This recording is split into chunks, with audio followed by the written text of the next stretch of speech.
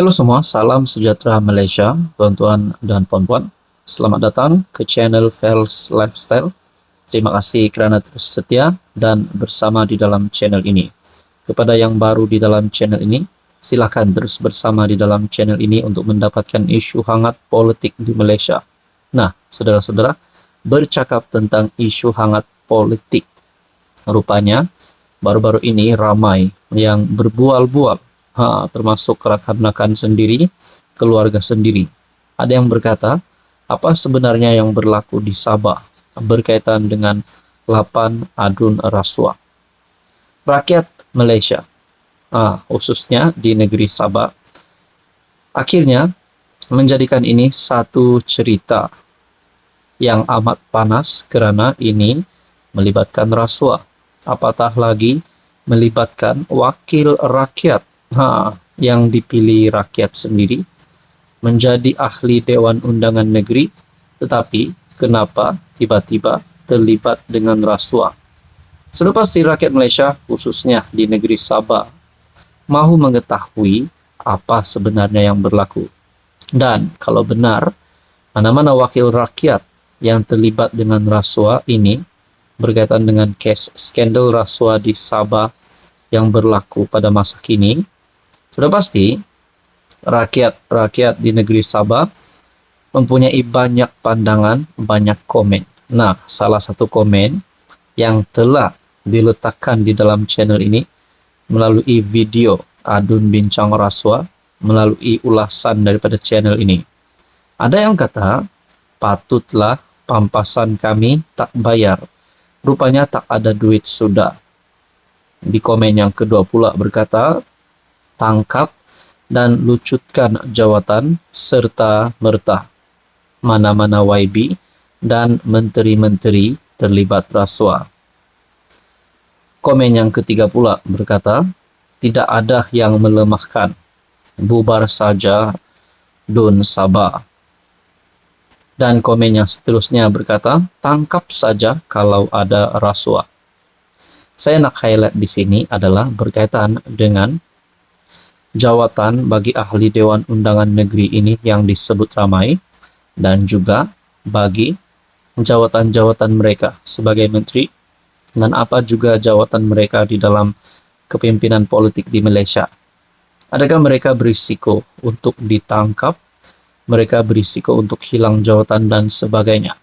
Dan yang paling utama adalah, mungkinkah Ketua Menteri Sabah dan Timbalan Ketua Menteri Sabah ataupun mana-mana kepimpinan tertinggi Kabinet Kerajaan Negeri Sabah yang terlibat dengan rasuah ini, kalau memang benar mereka terlibat, patutkah mereka ditangkap ataupun dilucutkan jawatan mereka? Apa komen Anda? Halo semua, salam sejahtera Malaysia. Selamat datang ke channel Fels Lifestyle. Terima kasih kerana terus setia dan bersama di dalam channel ini. Saudara-saudara, tuan-tuan dan puan-puan, setelah negara Malaysia, seluruh negara menerima kejutan pemergian yang amat mengejutkan, terutamanya kepada Tun Mahathir sebagai rakan karib sekutu rapat Allahyarham Tun Daim Zainuddin. Kematian yang amat mengejutkan seluruh rakyat Malaysia. Saudara-saudara, berkaitan dengan ini, ada yang tertanya-tanya. Berkaitan dengan kenyataan Tun Mahathir selepas perginya Allahyarham Daim Zainuddin, ada yang kata Mahathir fitnah. Akhirnya, saudara-saudara, dalam satu perkongsian daripada Malaysia Kini yang terkini bertarikh 18 November, Daim tak simpan dendam, kata keluarga. Antara persoalan yang amat menarik perhatian netizen dan seluruh rakyat Malaysia adalah bagaimana dengan siasatan yang dijalankan. Bagaimana dengan kes mahkamah Allahyarham dan juga isteri, yaitu Naimah Khalid. Adakah keputusan ataupun kes mahkamah dibatalkan, siasatan dibatalkan, dihentikan? Setakat ini belum ada lagi berita yang mengesahkan siasatan ataupun kes mahkamah itu diberhentikan. Nah, ini perkongsian daripada Malaysia kini kepada mereka yang menolak usahanya. Bekas Menteri Kewangan Allahyarham Daim Zainuddin tidak menyimpan dendam, kata keluarganya. Sudah pasti seluruh keluarga Allahyarham masih lagi terima kejutan dan masih lagi berasa sedih, terutamanya kepada istri Allahyarham Naimah Khalid.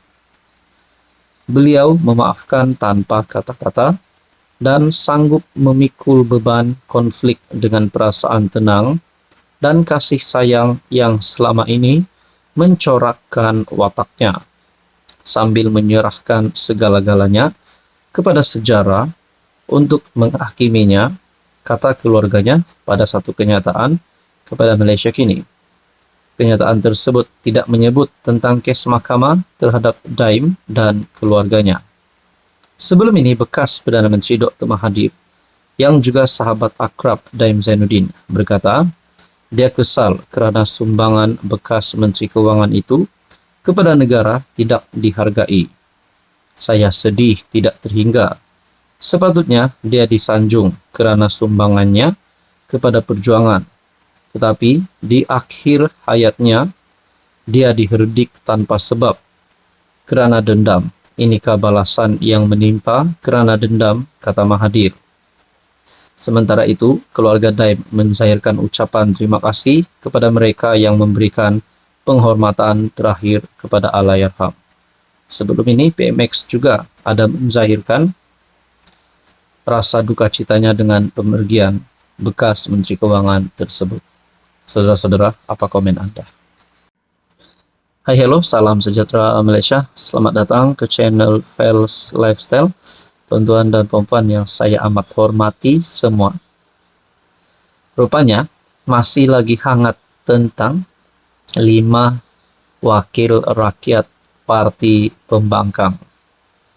Sebelum ini kita mendengar ada wakil rakyat, ahli parlimen, ahli Dewan Undangan Negeri daripada kepimpinan Pembangkang yang telah berpaling tada menyatakan sokongan terhadap Anwar Ibrahim. Nah, ini adalah daripada Parti Bersatu, pimpinan pengerusi Perikatan Nasional sendiri, Tan Sri Muhyiddin Yassin, sebagai presiden parti tersebut. Ini adalah perkembangan terkini. Bersatu kini guna mahkamah untuk kosongkan 5 kerusi parlimen.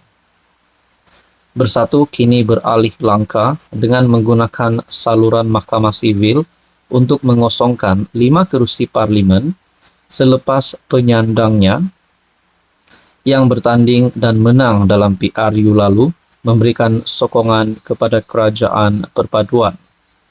Difailkan di Mahkamah Tinggi KL pada 15 November, saman pemula itu menyasarkan keputusan Speaker Dewan Rakyat Johari Abdul yang sebelum ini membenarkan 5 bekas anggota Bersatu mengekalkan kerusi mereka. 5 ahli parlimen tersebut ialah Syed Abu Husin, Hafiz Syed Abdul Fasal, Bukit Gantang, Zahari Kecik, Jeli, Muhammad Azizi Abu Naim, Gua Musang, Iskandar Zulkarnain Abdul Khalid, Kuala Kangsar, dan Dr. Zulkafli Hanafi, Tanjung Karang.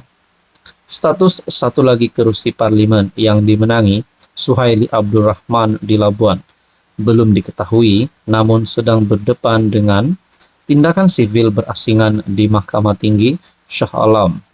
Menerusi saman pemula itu, Bersatu mencabar keputusan Johari yang membenarkan 5 ahli parlimen terbabit mengekalkan kerusi mereka masing-masing di sebalik langkah mereka mengingkari kehendak parti. Nah, yang menjadi persoalan adalah berkaitan dengan isu ini. Keputusan Johari disampaikan kepada Bersatu dalam surat bertarik 9 Julai lalu. Persoalan yang utama adalah, adakah keputusan daripada Speaker Dewan ini bercanggah ataupun keputusan ini tidak adil? Dan sekiranya tidak adil, adakah beliau berisiko untuk terjejas status dan jawatannya sebagai Speaker Dewan? Itu yang pertama. Dan yang kedua, adalah, adakah lebih ramai lagi wakil rakyat daripada pembangkang bersatu ataupun PN selepas ini yang mungkin akan mengikuti jejak langkah yang bersama dengan 5 ataupun beberapa wakil rakyat daripada bersatu yang berpaling pada ini untuk menyokong kerajaan perpaduan pimpinan Anwar. Tuan-tuan dan puan, apa komen Anda?